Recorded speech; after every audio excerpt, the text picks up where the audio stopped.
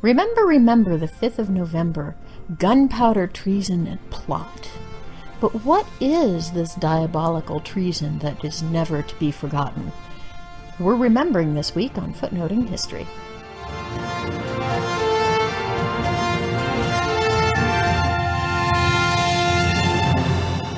Guy Fawkes has become a bit of a darling with groups that value human rights, individual rights, over those of corporations and those in power.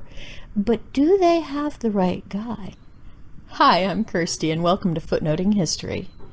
Guy Fawkes was born in April 1570 in York, in Britain, obviously. His grandparents were recusant Catholics. Now, at that point, being Catholic was a crime. The country was Protestant, and Catholics were viewed with a very skeptical, very discriminatory glance. His father died when he was 8 years old, and his stepfather was also Catholic. Now, to be Catholic at that point in time involved a certain amount of dedication to one's faith that you might not expect today. By the time he was 21, he became a mercenary. He was fighting for Spain in the Netherlands, who was fighting for a Catholic country in a Protestant country that was fighting for its independence during the 80 Years' War. And in 1603, he actually approached Philip III of Spain, who turned him away when he asked for help fomenting a Catholic uprising in England to remove the Protestant monarchs. As far as we can tell, he was loyal, charismatic, bright. He was large and athletic. He could debate as well as fight very effectively. So by all accounts, he was a very effective, very good soldier. And this made him the perfect target for the Gunpowder Plot, which was led by Robert Catesby in 1604 and 1605. He was approached by Thomas Winter when he was working in Flanders to join the plot, and he agreed. The plan was to blow up the House of Lords during the state opening of Parliament on the 5th of November in 1605. Now, this was a plot that the Jesuits were actually heavily involved in, and this led to a lot of mistrust of the Jesuits following this. But basically what they did is they rented a cellar directly under the king's position during the ceremony, and they planned to kill as many of the nobles and the royals as possible. They intended to take the young Princess Elizabeth into custody and thus somehow influence the government following the great treason. The official count was 13 men in total. Robert Catesby, the ringleader, Thomas Percy, who was a pensioner and had a house nearby the Houses of Parliament, John and Christopher Wright, Thomas and Robert Winter, Thomas Bates, Ambrose Rookwood, Sir Everard Digby, Robert Keyes, John Grant, and Francis Tresham.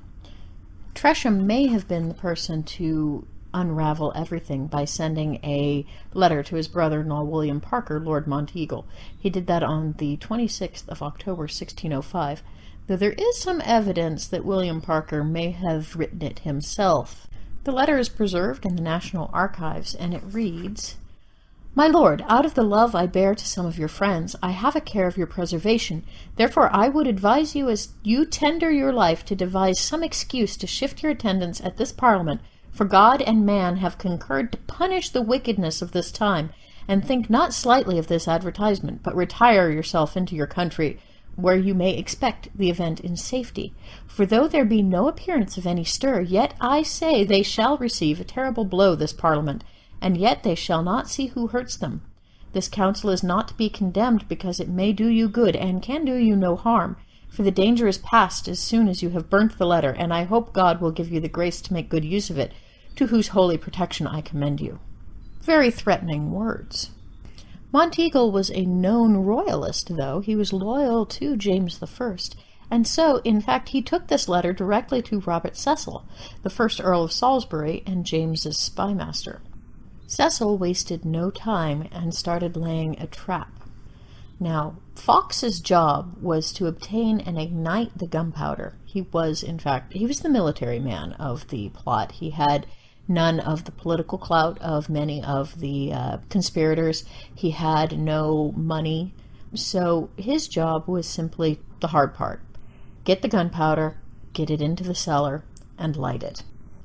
He was discovered and he was arrested at midnight on November 4th, 1605, and he had 36 barrels of gunpowder packed into this cellar, which would have created a huge explosion had it gone off. There would have been so much collateral damage.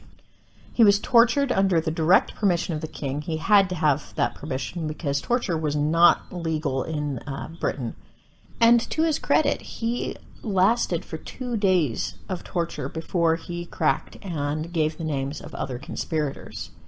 He was sentenced to be hung, drawn, and quartered on the 31st of January, 1606, but instead of facing that, he just leapt off of the gallows and broke his own neck when he had the noose around his neck to avoid the horrors of the long, drawn-out process.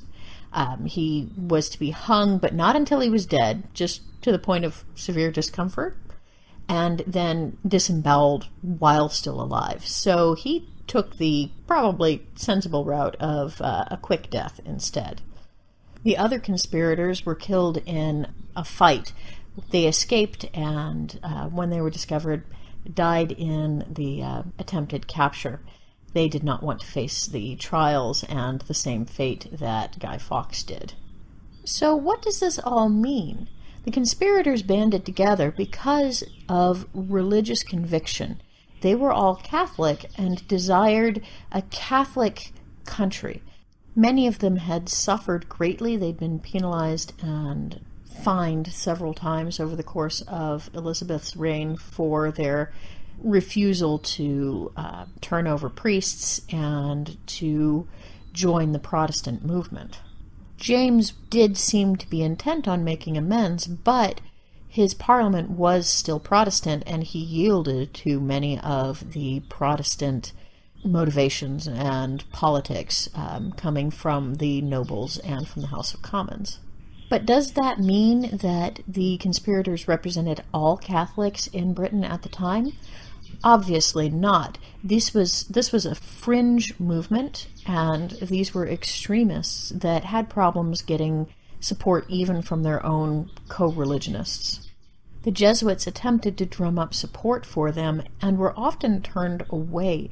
Families recognized the danger in supporting not only the Jesuits, but also the threat of violence. They knew, and they were right, that the entire religion, all Catholics in the country, would suffer if this plot went through. That's one of the main reasons that Monteagle may have written that letter himself. He was Catholic, and he was trying to distance himself from any threat of treason. Anti-papal sentiment was pretty common in Britain anyway, and this just added fuel to the fire and allowed legal discrimination to continue for a very long time. Catholics were mistrusted. They obtained the local vote only in 1797, and then they could only vote in parliamentary elections in 1829. So this cast a very long shadow over British politics. And James I was not about to let the idea drop. He ordered festivities to commemorate the event every year on the 5th of November, hence Guy Fawkes Day.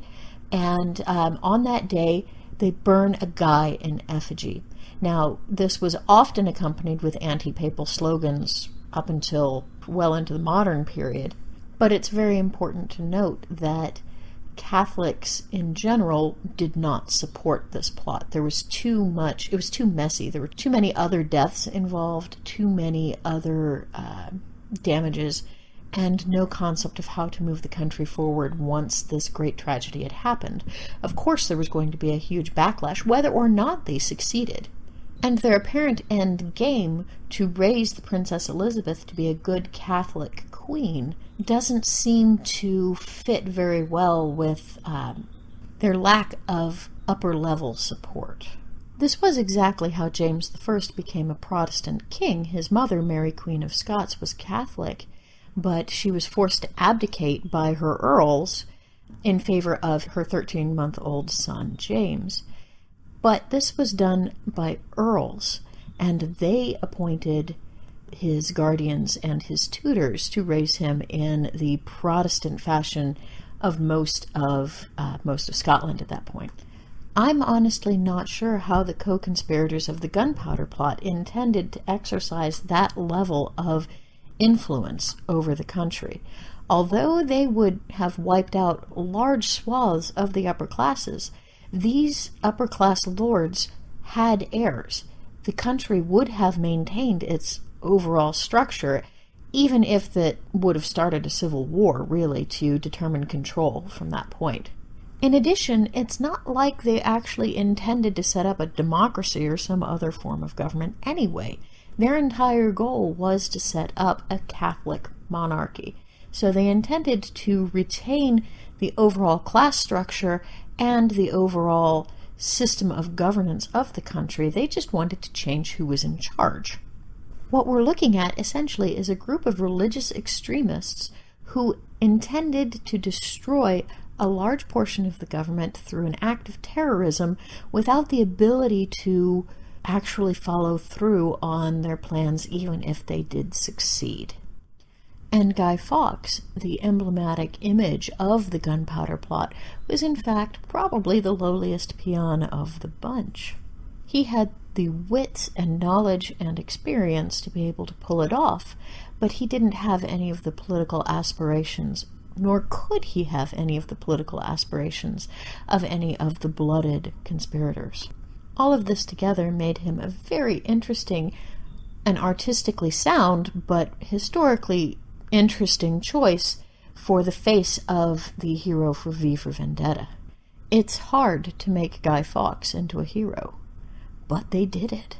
And beyond that, for his face to end up as not only the image of the anti-hero in V for Vendetta, but also the face of the average person, both for groups like Anonymous today or the Occupy movement, it shows you just how fickle historical memory can be and how the image and identity of an individual can change not only over the course of their lifetime, but also through the ensuing centuries.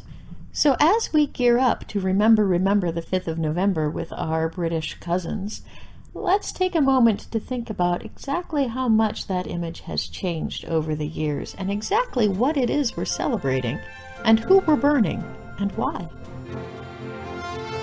This has been Footnoting History. If you like the podcast, be sure to visit our website, footnotinghistory.com, where you can find links to further reading suggestions related to this week's episode, as well as a calendar of upcoming podcasts. You can also like us on Facebook and follow us on Twitter at History Footnote. Until next time, remember, the best stories are always in the footnotes. See you next week!